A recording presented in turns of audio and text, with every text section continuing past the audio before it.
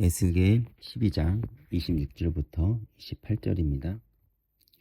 여호와의 말씀이 또 내게 임하여 이르시되, 인자야, 이스라엘 족속의 말이 그가 보는 묵시는 여러 날 후의 일이라. 그가 멀리 있는 때에 대하여 예언하였다 하느니라. 그러므로 너는 그들에게 이르기를, 주 여호와의 말씀에 나의 말이 하나도 다시 더디지 아니할지니 내가 한 말이 이루어지리라. 나 주 여호와의 말이니라 하셨다 하라. 에스겔서 10장과 11장에서 하나님의 영광과 그 보좌를 호위하는 그룹에 대한 신비한 영상을 아주 구체적으로 묘사합니다. 그 이유는 무엇일까요? 당시 이스라엘은 하나님을 경외하는 신앙을 잃어버리고 하나님의 영광을 보지 않고 무시했기 때문입니다. 오늘날도 마찬가지죠.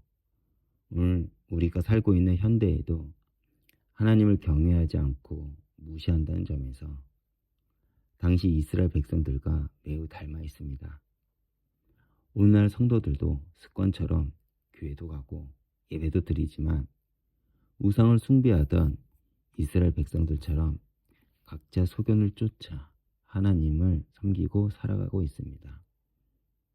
당시 에스겔에게 보여주는 여호와의 영광이 나타나는 장소가 여호와의 성읍인 예루살렘에 아직 남아있는 자들과 동시에 갈대아에 있는 사로잡힌 자, 즉 바벨론의 포로로 끌려간 이들에게 동시적으로 나타나고 있다는 사실을 알아야 합니다. 그리고 이 말씀을 이해하기 위해서는 먼저 지금 에스겔이 예언하고 있는 역사적인 상황을 알아야 합니다. 신앙을 저버리고 우상 숭배를 행하던 이스라엘은 심판의 도구인 바벨론에 의해 1차 침공을 받아 성전 기물을 빼앗기고 2차 침공 시에 수많은 젊은이들과 거민들이 포로로 끌려갔습니다. 그들 가운데 선지자 에스겔도 함께 있었습니다. 그리고 에스겔이 예언한 시대는 2차 침공으로 포로로 끌려간 후 3차 침공 이전까지의 역사적인 시대였습니다. 당시 예루살렘 성읍에 남아있는 자들은 여전히 안일함에 빠져 있었습니다.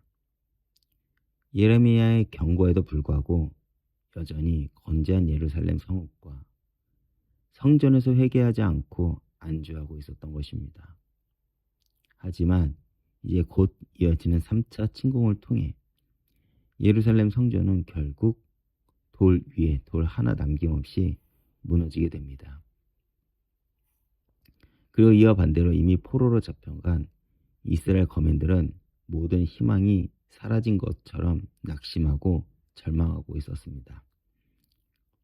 하지만 하나님께서는 바벨론을 통해 이스라엘의 죄악을 철저하게 심판하시고 70년 후에는 반드시 돌아오게 하시겠다 약속하십니다. 왜 그렇습니까? 심판의 목적은 여호와께 돌아오는 회개와 회복에 있기 때문입니다. 에스겔의 예언은 각기 다른 형편에 놓여 있는 이들에게 두 가지 메시지를 동시에 증거하고 있습니다.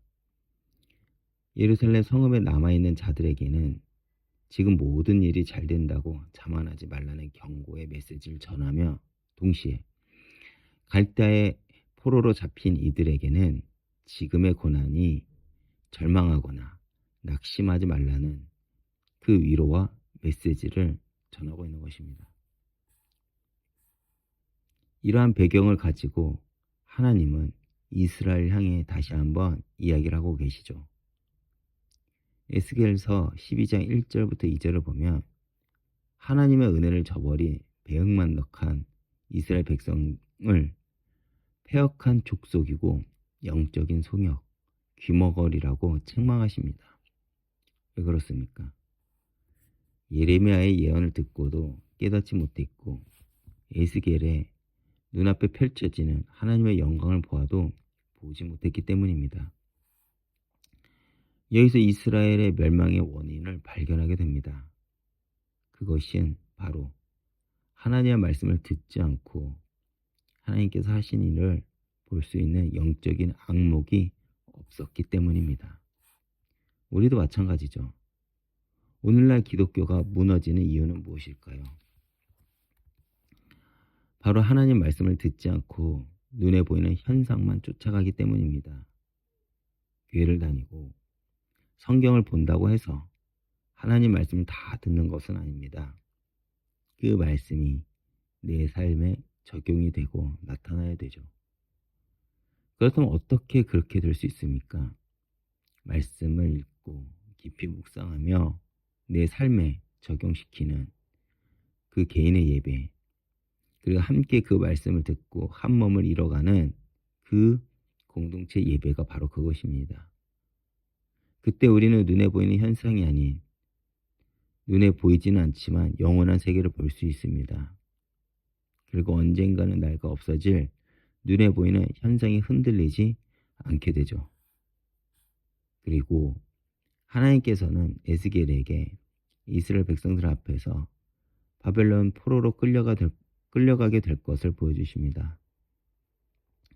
성벽을 뚫고 밤에 성읍을 빠져나가는 퍼포먼스를 명하시죠. 에스겔에게 거듭해서 끊임없이 이런 징조와 표적을 이스라엘 백성들에게 행하신 이유가 있습니다. 하나님께서는 패역한 이스라엘이라도 단 한 사람이라도 회개하고 돌아오기를 원하시기 때문입니다. 하나님이 이스라엘을 심판하신 목적이 무엇이었습니까? 포로로 끌려가는 수치와 열방 중에 흩어지는 고난을 통해 하나님으로 경외하는 신앙이 회복하길 원하시기 때문입니다. 우리도 마찬가지겠죠. 사실 우리의 생각으로는 하나님의 일하심이 이해가 되지 않을 때가 굉장히 많습니다. 왜 그렇죠? 하나님은 우리의 생각보다 훨씬 크기 때문입니다. 그렇기에 우리의 역할은 여호와를 경외하고 그분을 높이는 것입니다. 그런데 우리가 계속 놓치는 것은 무엇입니까? 바로 내가 이해하지 못한다고 해서 내 마음대로 사는 것입니다.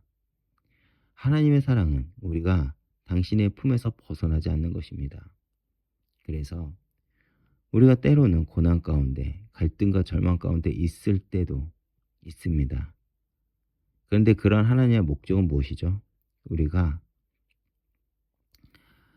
하나님은 우리를 사랑하시기에 다시 우리가 온전히 하나님을 의지하길 바라십니다.